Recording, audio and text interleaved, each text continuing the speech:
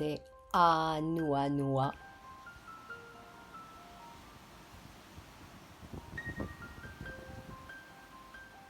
Reo tahiti a tai. Te ānuanua. E tahu hā oe i te rai e piti tu hā. Te rai nina muroa i te rai rehu roa. E pui hahoro horo puai te matai. E mamu te maumanu pātoa. Wa whāhiti oe i tō oe ora rā. Wa manawata tōu i tō oe tā piri rā. Te io nei oe. Wa whāhiti oe e tō oe ahu. Wa topatai oe i te miti mai te hoe o more. Te io nei oe.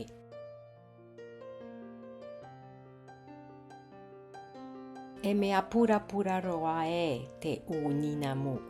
E māoa te mahana i tōna hihi māramarama. E mea anapanapa roa e te wā ari ari. E ahu te rā i tōna ao ana ana. Wa whāro oro o roa hia e tō oe reo. Wa whāro tatou i tō oe huru. Te io nei oe. Wa whāu oe i te wā. Wa whāhei oe i te rai i nia e i te moana. Te io nei oe.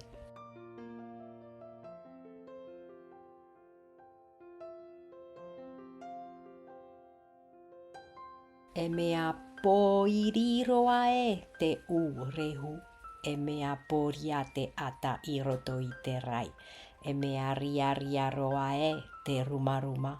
Wa ine ona i te hauti e oe. E tae veri hia mai oe e rahi. E hitu te pū ai. E hā maramara ma oe i te rai. E āpē e oe i te mauata. E hā uti oe i tō ratou huru. I tō ratou hoa i te ienei.